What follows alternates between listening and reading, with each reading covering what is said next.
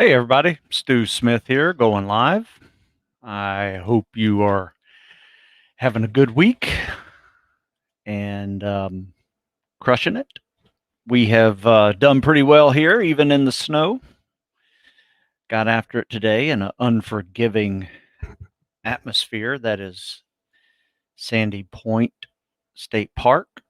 Nice little beach area covered with snow, whipping wind off the bay. Good times, good times. But you know what? Kind of sucked when you first started, but after 10 minutes, no one cared anymore. So that's typically how it goes. Just get moving and you will be much better off. But anyway, I'm going to be here to take some questions if you have them. But I would like to chat about something. Jeff and I did a podcast yesterday, and it was about just the strong, wiry guy. One of the reasons why I wanted to do that podcast with him is Jeff made a comment in a previous podcast about no one talks about the big guy that's tough as nails. They always talk about the average sized guy or the little guy, small in stature, but just tough, wiry, strong. And so we tried to define a little bit what wiry strong was. And it's usually someone who is very capable of work, worked all his life, worked out, played sports, maybe just played sports, maybe just worked manual labor jobs all his life. So a hard day's work was no big deal for him. And then he just had to specifically train for some of the events that, got him to and through the training. So it could have been as simple as that. So a lot of athletes have that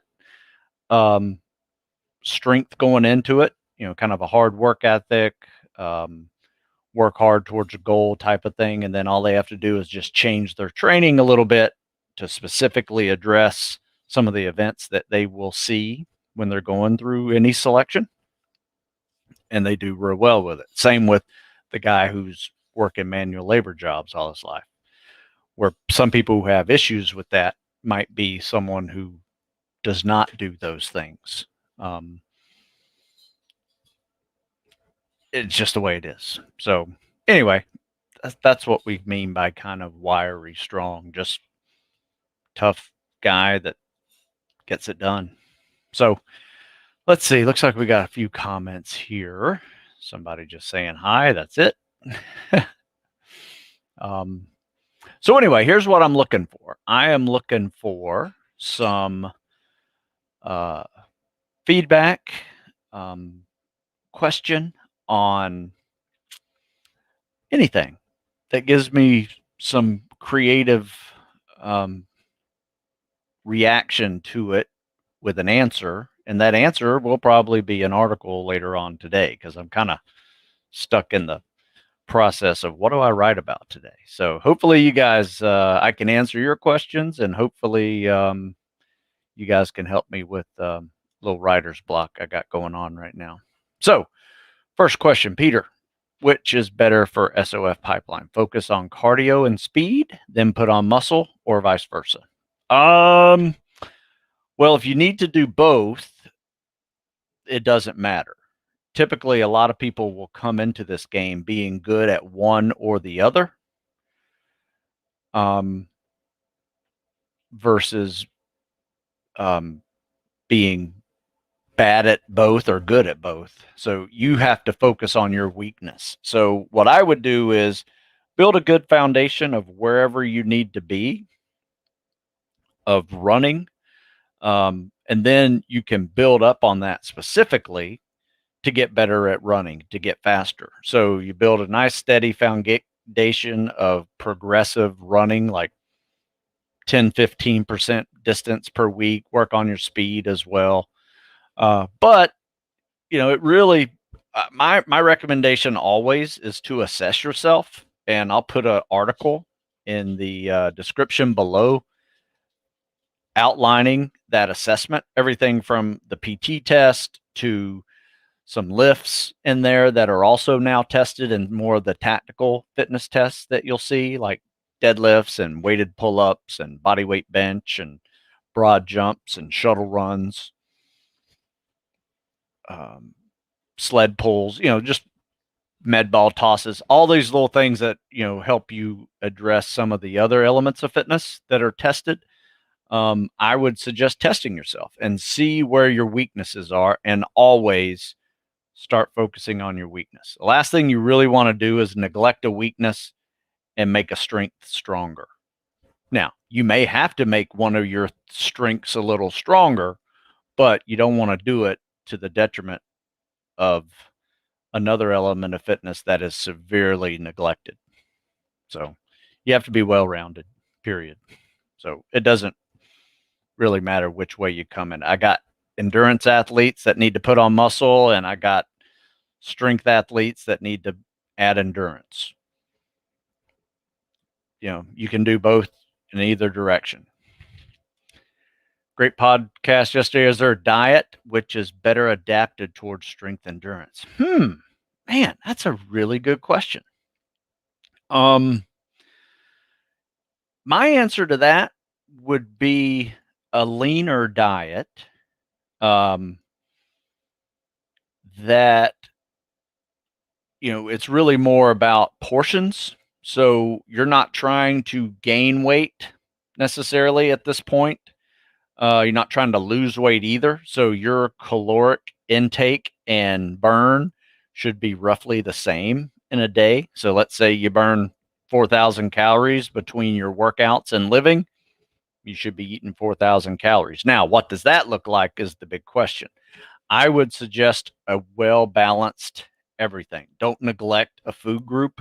If you're going strength endurance, you're going to need carbs. It's really hard to do some of the levels of endurance and speed endurance and strength and high repetition calisthenics and exercises like that for long periods of time without a good base of carbs in your diet. You're just going to be anaerobic a lot. So you need to be fueling yourselves with really high octane fuels, which is you will find in good carbohydrates, right? That's what's going to help you.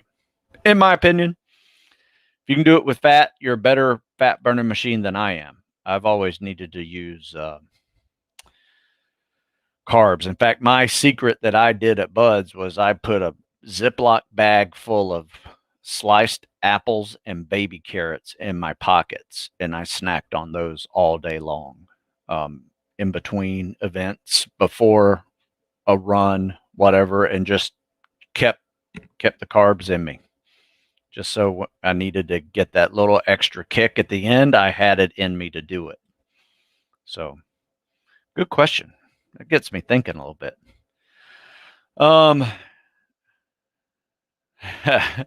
Yeah, turn on that like button. Now I appreciate that. That's not what I'm going for, but eventually people will see this. All right. So, any thoughts on 346 securing Hell Week with 14 guys? Yeah, that was good. I mean, winter Hell Weeks are typically like that. I mean, there have been some classes or sometimes when they said, you know what, we're not going to do a winter Hell Week. A new CO comes in and says, we can't lose 50, 60 people just because it's cold. We're going to not have a winter Hell Week this year. And they find other ways to lose 50, 60 people. So, it's it was cold. So we had several guys in that class that made it, and that was their feedback, was it was cold, right? And what was really amazing is that they lost so many people long before Hell Week. I mean, they started off with 160 something. Then by the time they got to Hell Week, which is 3 weeks, in 3 weeks, they were down to 28. I graduated Buds with 28 people, right? So then they lost another 50% just in Hell Week. Now, some of those were injured, some hypothermic cases that were probably rolled versus dropped. So they didn't really lose that group from Buds, but there's a significant number of rolls in that class versus drops and quits. So They didn't lose everybody, but they lost a good amount of people. No, that's just a typical winter hell week. That's all I can say on that one. All right. Thoughts on 30-60s versus 60-20, 120s, and rest intervals by walking as opposed to running. I mean, I like that interval, that ratio of work to rest. There's nothing wrong with that. I've seen it 30-30s, work hard for 30, rest for 30. I've seen it in reverse. Work for 60, rest for 30. I think a 2-to-1 ratio of work to rest is a good starting point. But eventually, I would suggest getting it down to even a 1-to-1 ratio. If you're working out hard for 2 minutes, you get to rest for 2 minutes. Let's say you do a quarter mile in a minute 30. Get a minute 30 rest. See how that treats you. Right? Shouldn't be that hard. Now, if you're really putting out like sprint level, a 2-to-1 ratio or 1-to-2 ratio, work to rest ratio is more logical. So it really kind of depends on your goal of those 30 to 60 seconds. Exercise for strengthening lower back at home with home gym. I don't think you even need a gym for it, but you could use weights. You could use calisthenics. I just wrote an article on that, actually. It had a lot to do with stretching as well as strengthening.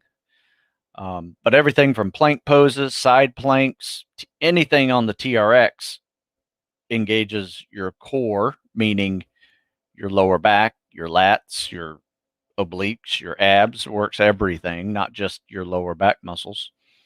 When I say core, I mean the entire system versus a specific group of muscles in your core.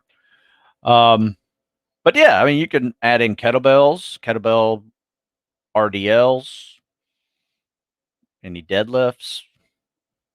Yeah, those are great lower back exercises as well. Are you still doing your Heroes of Tomorrow training from Michigan and was looking to possibly work out with you a few days in preparation for Silt Pipeline? Yes, we are still doing it. Haven't stopped at all. In fact, if you check out my Instagram, that is us working out every day, even in the snow. But I'm here in Maryland. So if you make it to Maryland, we're here. And we're outdoors. We don't even go indoors. Swimming's on your own. If you need help swimming, I'd go and do some coaching. What is your lowest point emotionally or physically at Buds? Did you have one? You know what? I got injured third phase right before going to the island. And that one sucked because I tried to suck it up and just go another 5 more weeks before graduation, but my knee wasn't having it. I mean, I couldn't even change gears in my truck with a clutch, my left leg. So it was bad, and I wound up getting rolled for 2 classes. I was in a brace for 6 weeks, then had to rebuild after that and get in the next class. So I was pretty down, pretty bummed out on that one. But in the end, it was really only a couple of months delay. That's all it was. And I had to snap out of it. And I actually worked harder than I did ever to get better. And I actually came back faster than I was when I was in third phase, or in any phase. I came back probably a minute and a half faster on my 4-mile timed run when I joined the class again in third phase. So there were some downs on that, but there were some ups. I came back a lot stronger, and it was just a freak accident, more of a traumatic knee injury versus a overuse injury, but it was a combo of both, I guess. So that was my biggest down mode, just being injured and getting rolled from my class sucked. Okay, I tend to cramp up in the pool if I do workout prior to swimming, I would suggest drinking more water and electrolytes, because I'm sure that's probably causing you some cramping issues. We've been swimming after hard running, lift, PT workouts, and we are constantly drinking water and electrolytes, and no one cramps. If we do have cramps, we drink more water and electrolytes, and that helps. Possibly an article on reframing failure. I've done that. I have done that already. If you can't do your dream any longer, whatever reason, age, discharge, quit, pipeline, how do you move on? In fact, I did one this week on Stu Smith Fitness on 3 guys who all failed to get to or through buds their first time. And one of them was an enlisted guy who worked his way hard to get back, and he was able to. Another guy was an enlisted guy, could not because his year group was full and his rating would not let him. So he finished out his enlistment and became a Green Beret, another option.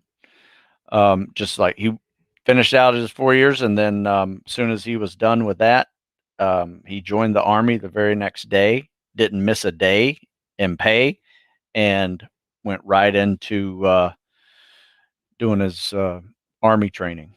Didn't he have to go to boot camp? He had like a 2-week, here's how you wear the uniform boot camp. And he was an 18 X-ray candidate, and I went to his graduation actually when he put on his Green Beret. The third guy was an enlisted guy, had a couple years of college, decided he didn't want to go to college and want to go to Buds, so he went to Buds, didn't make it, tried to get back to Buds, could not, so he took some night courses, couldn't get back. I think his year group was full, or his rating wouldn't, one or the other. But anyway, he couldn't get back. So he just, once again, he finished out his enlistment, had another year of college, used his GI Bill to pay for college, and came back around, did the officer route, and he was able to join the Navy as an officer, get a Bud slot, and go to Buds and become a SEAL officer. So 3 stories right there of initial failure that just kept the dream alive, and the dream pulled them right along, and they were able to get it done. Those are 3 guys here that turned it around. So you can do that. But I've written a couple times about that, actually. No problem. Glad to do these live Q&As. How do you feel about U.S. foreign policy? This is not the. I think it is not the venue for that. Why do you care about what I think about foreign policy? I don't care what you think about foreign policy. Let's talk about some fitness stuff. I don't want to ask something that you may have already answered. I don't care. You can ask it. How would you recommend someone starting from 0 to start from a low fitness rating to progress and ready for selection? Give yourself a lot of time. It takes time to go from 0 to spec ops level. Just like if you were trying to join a sports team, you can't go in from 0 and make the team. You're probably going to get cut. Same thing in selection process. So give yourself some time. In fact, I'll put an article in the description below about beginner fitness. Get on a beginner fitness program. Treat yourself like a beginner. Don't start something that says Navy SEAL or Army Special Forces. Start something that says beginner fitness program and build yourself up. It might be easy, but you need easy. Otherwise, you're just going to break yourself if you go too hard, in the beginning. So that is what I would recommend right there. Let's see. Personally, I was discharged from the Air Force, failed a drug test, short-term decision. Yeah, that sucks. Struggling with regret. Would be cool to hear from you. Yeah, I've seen people come back from that one. I mean, it's almost getting to a point where marijuana is legal nowadays, um, or it's a lot less of an issue than it used to be. So I don't think many people are going to hold you to that. You might even be able to get, if you got a other than honorable, you might even be able to get that changed here eventually. Um, you know, seeing all the different outcomes with medical use of marijuana and legal use of marijuana and all that in many states. Who knows? I don't know. Not really my option, but bouncing back from that, you can do that. You could still do some cool jobs. Let's see. I'm new to swimming. Just need to pass the swim test. I go in Air Force. Already depped in. Passed my dry land calisthenics pararescue. All right. So you're new to swimming. So I usually tell people this: don't even enlist until you can crush that PT test. So already you've started yourself behind the 8 ball, right? So you have just shortened your timeline because you joined prematurely. Now, can you learn how to swim? Yes, you can. But you need to be in the water yesterday, starting practicing, getting lessons, learning how to swim, whether that's CSS or freestyle or whatever stroke you want to do. You need to learn it and practice it, because there's two things you got to do. You got to learn the technique so you're not killing yourself. And then you got to get in shape so you can do the swim and all the other dry land elements without it beating you up. I know the PS pass test is a different order than the PST. So yeah, I think that's going to help you that you don't have to swim first. But you need to be in the water yesterday. Get lessons. How would you stay in special ops shape at boot camp? You don't. You treat it like a taper. It's impossible, right? If you're going to Navy boot camp, you are going to get deconditioned because you're in boot camp. Yes, you can do extra pull-ups on bars that you find, or push-ups and sit-ups and flutter kicks at night, but you're probably going to run a total of 10 miles in 8 weeks. No one gets or stays in shape when you're only running that little bit of time in distance during boot camp. So you have to treat it like a taper. So I always recommend people to do this. Go into boot camp at your peak phase, like crushing everything, almost burned out, right? And now you're just going to use boot camp as like this long, slow taper. Whenever you get extra PT, you get extra PT. That's great. And then another thing is try not to get sick, because the last thing you want to do is catch bronchitis or cold or pneumonia, and then your lungs are all jacked up for when you're out of boot camp and you got to start getting in shape again and take the PST. You really got to keep your hands clean. I've been telling people this long before there was COVID too, is that last thing you want to do is get sick at boot camp, because it just puts you behind once again. You're already getting out of shape, deconditioning. But yeah, there's not a way to do it unless you get really creative and miss sleep and figure out a way. But you're just constantly busy doing dumb stuff and good stuff too. But you're just it's hard to get in shape and get any type of workout, at least that you were accustomed to before. If you go into there out of shape, you will be in better shape when you finish. If you go in there in killer spec op shape, you will be not in spec op shape when you finish. Just the way it is. I think I have ITB. Should I walk or rest for a few days? I would replace any running or swimming with fins with maybe biking, or that's about it.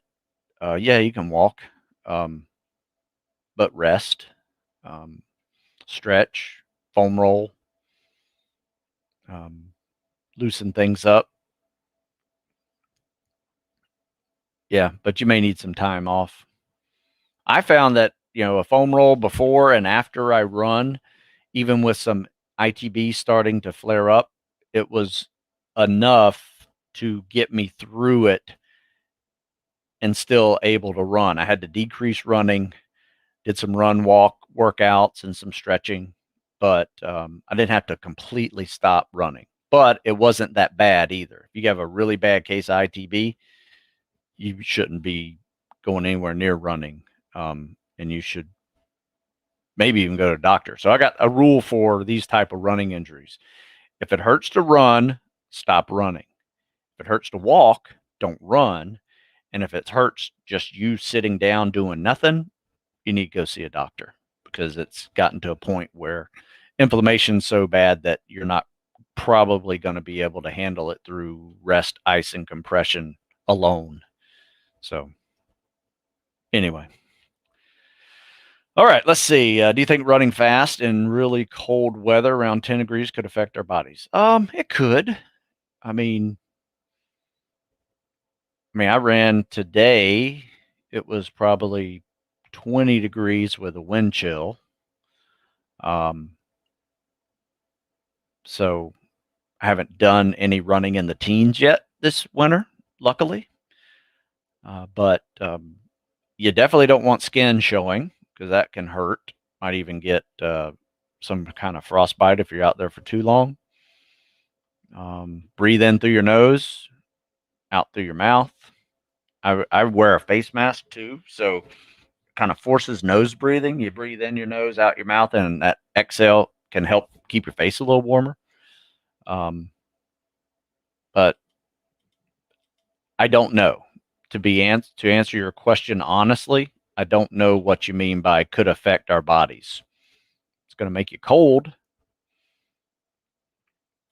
How long does it take to join CAG Delta? I'm not sure. I think you can put in your package at just about any time, but whether or not you get accepted into that training is going to be up to them. So I would first get in the military first and find out, but it's going to take you a couple of years before you're even eligible to get there. I would say probably 4 to 5 would be about the average, or the earliest. Do you know anything about whole contract situation? I've heard many things that they're not done giving them out for majority of the year, or they aren't. That's a very good question, because here's the deal. I see guys getting contracts still, but they are solid candidates. Here's the deal. They don't need as many people as they used to need to graduate buds. They're full. So they're only going to select the best candidates to go to buds. If you're crushing the PST at above average competitive scores, you will get a contract. In fact, a couple of our guys just got contracts this week, and they find out their ship dates this week sometime, and they think it's probably going to be May. So they're still giving them out. And we have guys shipping in March too. So, be a good candidate.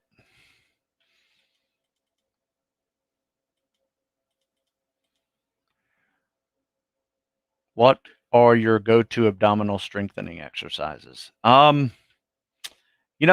have nothing wrong with doing ab-focused exercises. I like them. They're kind of fun. Crunches, sit-ups if you're taking sit-up tests, flutter kicks, leg levers, plank poses. But, you got to think of the core as a system of muscles. So you can't just work the abs. You got to work the lower back. You got to work the obliques. You got to work the upper part, the shoulder girdle. All of that comes into play. Think of your core as your torso. Anything touching your hips to your shoulders, that's a muscle, is part of that core musculature. You need to work all of them together. So it'd be like working just your biceps and not your triceps, for a better analogy there. You got to work it all. So, but yeah, you name it, I like them. They're fun. They're challenging. I would say the atomic push-up with the TRX is something I really like to do. So you do a push-up, knee up with your feet in the straps.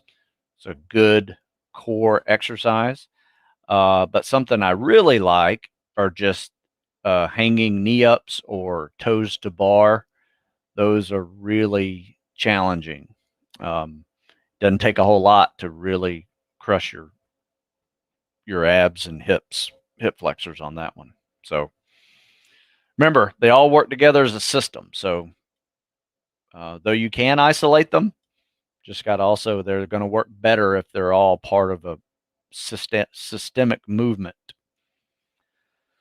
There's a lot of snow in my area and gyms are closed due to COVID. Is rucking good? Yes, rucking is a good substitute. In fact, if there's a lot of snow on the ground, we usually ruck instead of run because it's a little safer, especially if there's ice anywhere. Get on a good pair of boots, get some yak tracks on your feet, and just start rucking it. Absolutely. It's a good winter kind of load-bearing activity as well. When do you prefer to train? Mornings or evening? I am definitely a morning guy before the sunrise. At least in the fall and winter. In the summer, that sometimes the sun beats me up. Consistently swimming 50 meters in 1 minute flat. Can't seem to get faster than that. Any tips on building speed in the pool? I would say it has nothing to do with your speed. It's probably your technique, and you need to focus on your technique. So what I would do is post a video of you swimming 50 meters, doing the CSS. Send me that link of you doing it, and I will tell you what you are doing wrong. That goes for anybody listening, right? Just send me the link of you doing it, and I will tell you what you're doing wrong, you're right, how to fix it. But if you go to my website, and I will put this link into the description of this live video, there's an article I wrote called Pull, Breathe, Kick, Glide, 1 Mississippi, 2 Mississippi, repeat. That is the stroke cadence of the CSS. Top arm pull, bottom arm pull while you're inhaling, kick and glide. Hold that glide for 2 Mississippis, repeat. It's a great article title, but it's also the cadence of the CSS. If yours is not looking like that, you're doing it wrong, and you need to figure out how to fix it. Another one is getting good streamline position. That's probably the number one thing that most people screw up. In fact, if you go to Stu Smith Fitness and look at the latest articles that I just wrote over there on the article section, if you do a little scroll, might only have to scroll a page or two, and you'll see a couple of very important articles on swimming. And that should help you a lot. There's some videos in there too. What sort of plyometric program would you recommend for an older athlete, 35 plus, to start off with? Once again, as with anything new, if you're starting off with anything new in the fitness world, you should start off logically and not overdo it by killing your, especially with plyometric exercises, because now we're talking about a power speed component that if you're not warmed up very well, you could very well see Achilles tendonitis or tears when doing box jumps. You could see hamstring pulls when doing jumps or sprints. Those things happen, and when you get them at 35 plus, it sucks. So my whole thing is I started this after 40 and it made a big difference. I quit getting injured. Is 80% is the new 100%, right? When I quit sprinting all out, you know what? I quit getting hamstring pulls. I quit pulling a hip flexor. There was always something that was happening when I built up to an all out sprint, 100% sprint. Same for lifting, 1 rep maxes. I might go to a 2 rep max and only do it once because I'm leaving one in the hole there. High repetitions, don't go until I completely fail and could get 0 or go negative. That hurts too. Now, I'm saying 40 and over, guys. But even when you're younger, you're more susceptible to injuries when you do these things. Pulled muscles, torn muscles, tendonitis, joint pain, all of those things typically come from lifting too heavy, repping too much, running too many miles, or running too fast. And you're not ready for it, right? So your warm-ups have to be really locked on. So I would say don't even do a plyometric jump until you are thoroughly warmed up for 20 or 30 minutes.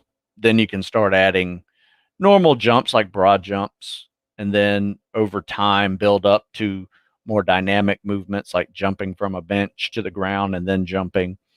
But yeah, that's what I would do. There's some great plyometric programs out there.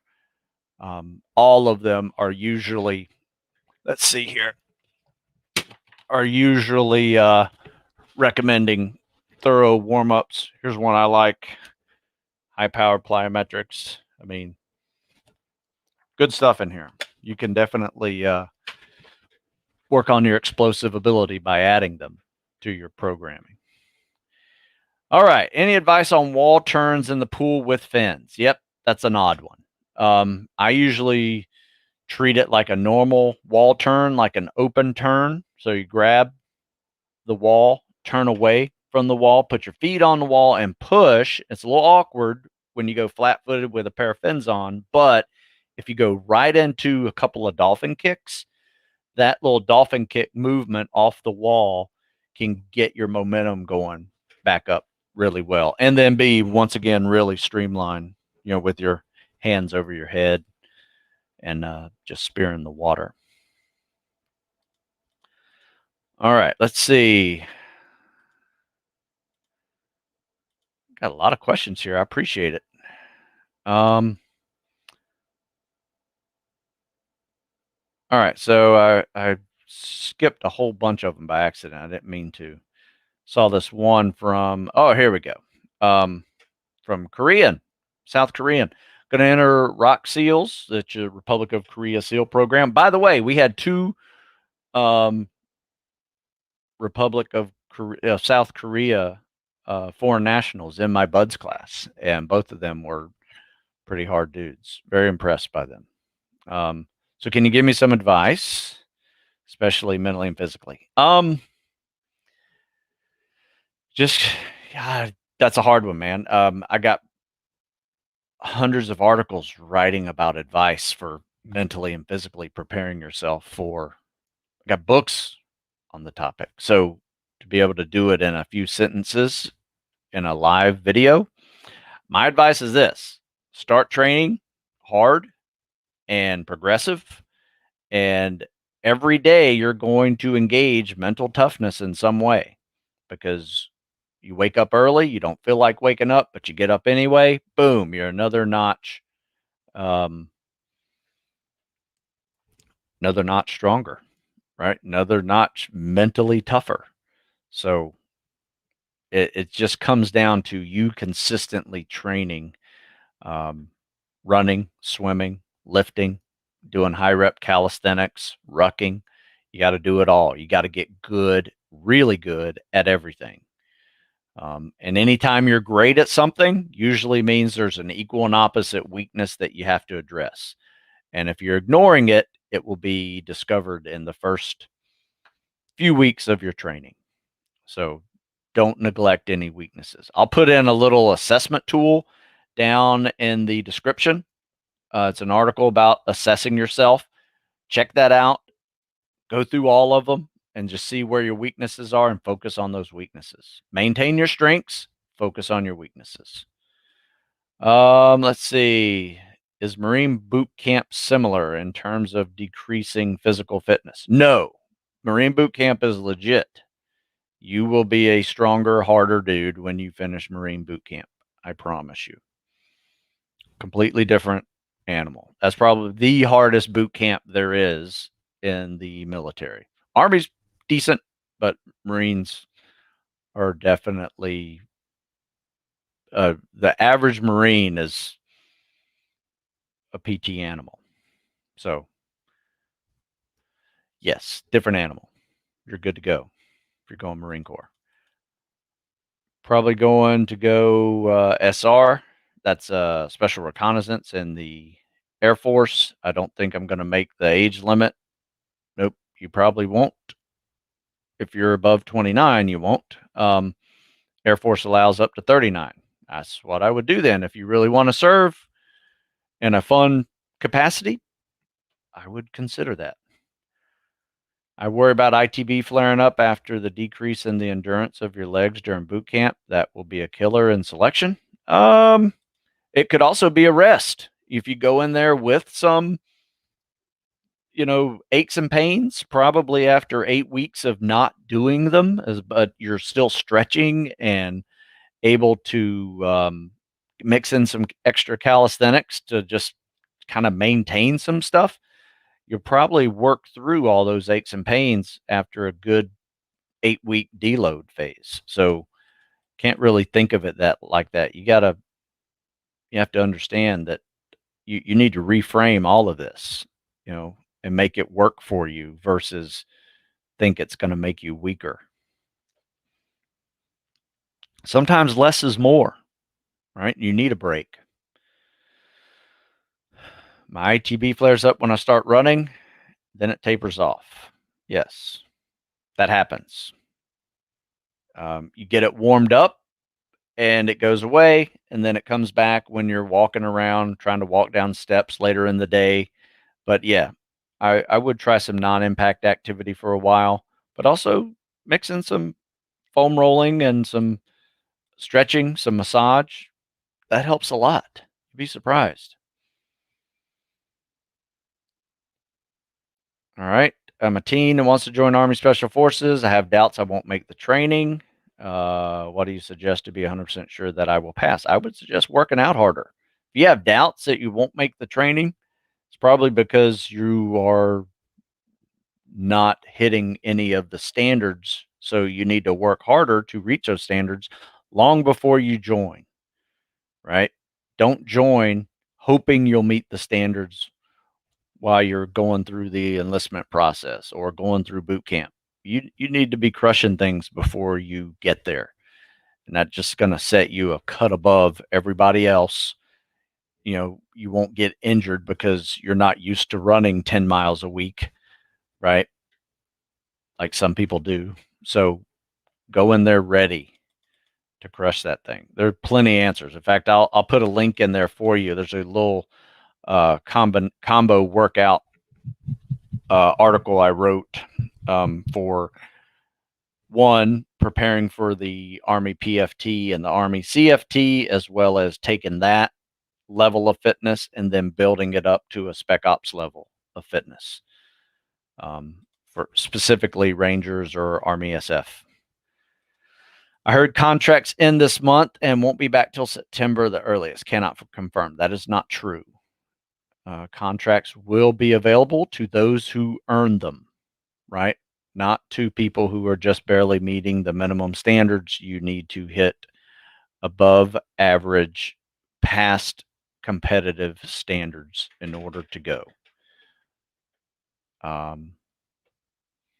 It's just, they just don't need many people. Now, the good news is the fact that the last Buds class dropped so many people, they may need more people by the end of the year, because going from 160 5 to 14 is a big loss of people going through the pipeline. Now, not all of those are out of the pipeline because some are injured, some are rolled, things like that, but significant number of them are. So it doesn't change anything. You still need to go in there and be a really good candidate. If you go in there with like can't even pass a 500-yard swim, you will never get a contract. There's no amount of time that's going to allow you to crush that PST if you can't do it when you enlist. Right? Especially now with the higher standards that they're recommending. I've always recommended higher standards, and I was really surprised a few years ago when people were getting contracts with crap scores. It's like, what are they doing? They must need people for boats because these guys don't have a chance. Seen that many, many times. So go in there, be a good candidate, you'll get a contract, period. How many sets and reps would you recommend for strength and endurance training? It varies. I mean, we do both. We work on strength, we work on endurance, we work on a combo of two, strength, endurance. So for strength, I tend to keep it lower reps, more weight, obviously. 5x5s are a classic. I like to also do a strength endurance combo where we take our body weight and how many reps can you do of your body weight, whether it's bench or squats or whatever. Body weight times 5 is a good weight. But yeah, I mean, lower reps for strength, more reps for endurance, combo of 2 with a moderate weight and higher reps.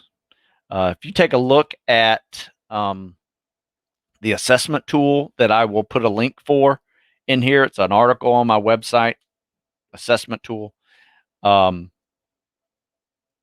getting through to and through selection. There are weights that you need to do. There are exercises, calisthenics, cardio events, all of those that you need to be able to do with a recommended number by it. If you can hit those, you're pretty solid.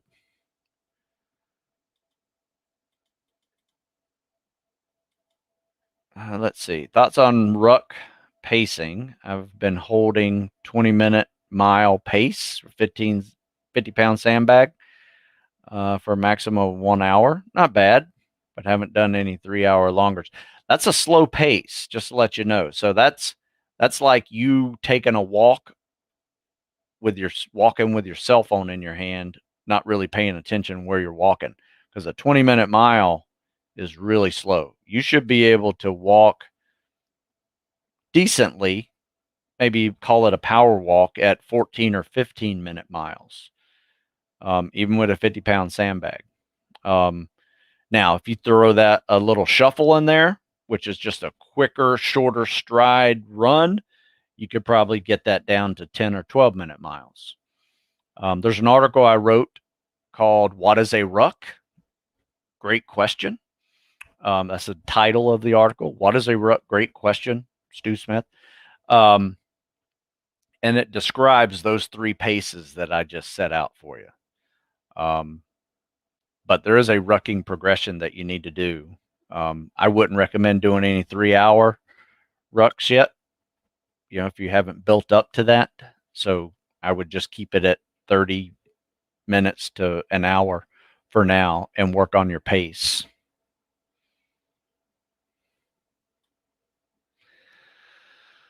Let's see. I'm in a place where all I can do to maintain fitness, 100 push-ups, 200 squats, 3-minute planks, another 8 miles or run 2 miles. What's missing? I don't know what this question's about.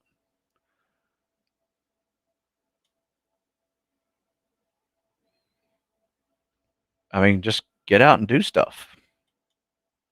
I mean, you can run, you can walk, you can squat, do sit-ups, planks, push-ups. If you can find a place to do pull-ups or dips, I would add that. If you can find a bag of sand or make your own bag of sand, you can add a whole lot of variety to that. I wouldn't do that daily just because that kind of volume could lead to, and if you're only doing 100 push-ups a day, that's different. That's not too bad. 200 squats a day, but if you're doing a whole lot more than that, I probably wouldn't do it daily. I'd probably break it up to an upper body day followed by a lower body day and add more repetitions and exercises that engage upper body one day, lower body the next. And then obviously go ruck or run or walk or run afterwards. Oh, let's see. Is it better to run fast over short distances at a moderate pace or longer distances to improve my running? Good question. Also, is a jog better than walking when you are tired and trying to improve running? Yes, jogging is better than walking if you're trying to get better at running. So here's the deal. Sometimes I think this. I wrote an article about this just the other week, and it was focusing on not having a bunch of crap miles in your miles per week that just do nothing but teach you how to run slow and hurt your knees and shins. All right. So a lot of times I see people running 50, 60 miles a week. And one, they wonder why they're not getting any faster because they're just running 9-minute miles the whole time. They're not introducing any sprints or goal pace running. I personally would prefer goal pace running over any running, period. Though I like to mix in some sprint intervals as well. Not full sprints, just faster running than goal pace running. Goal pace running is this. If you're trying to run a 9-minute mile and a half, that means your miles need to be a 6-minute mile pace. Your half miles need to be 3 minutes, and your quarter miles need to be a minute and a half. 400 meters need to be a minute and a half. So that's goal pace running. All your distances that you run should be at a certain pace if you want to try to learn how to maintain that pace for a given period of time. So I have seen people who do 50, 60 miles a week show up at Buds and could not pass the 4-mile timed run because they could not do an 8-minute mile in boots and pants on the sand, because they were running 9 and 10-minute miles all the time. I have seen people crush that test and not run more than 25 miles a week because every one of their runs were at either a goal pace run or faster. So quality of miles matters versus quantity, in my opinion. So written a couple articles about it. I will put that link into the description, at least here on YouTube, my YouTube channel. And if I see it up on Facebook, I'll link it up there as well. All right. So I've been at this almost an hour. I am going to have to shut this down because I have a meeting coming up here in about 5 minutes that I forgot about. So in the end, my recommendation is this. Get out there, keep working. If you got questions that you think maybe require a little more answer than me just talking about it for 30 seconds, send it to me as an email. I'm happy to answer your questions as an email. In fact, if you look at the little scroll thing right there, my email address, stu@stewsmith.com. You can just email me. Go to stewsmithfitness.com, scroll through the article section. If you go to Google, literally, here's something I want you to try to do. Type in a question and then put Stu Smith by it and see if I've written an article about it. I probably have. If I haven't, by all means, send me the question. Even if I have and it doesn't answer your question, send me the question. But I've written over 1,000 articles in the 20 years I've been writing articles. So you should check those out. Also today at stewsmithfitness.com, I got a coupon code of military15, save 15%. And if you buy something that requires shipping, like a book, I will throw this in for free. 101 Best Pyramid Workouts, free book. 101 fun PT pyramid workouts. You need something for calisthenics, that's it. You need something for weights or cardio. I've used the pyramid for over 100 different style exercises in that book. I'm giving it for free, but you got to buy something that requires shipping. That's all. And I'll stuff it in there as a freebie. So there you go. Use that military 15 code as well, and you save 15% on whatever you buy. And that'll give me a trigger that you saw this video today, and we'll make it happen. So, all right. If I did not answer your question, please send them. But like I said, just Google it. I've probably answered it before at some point. All right. Stu Smith out. Hope you guys have a good weekend. Stay safe.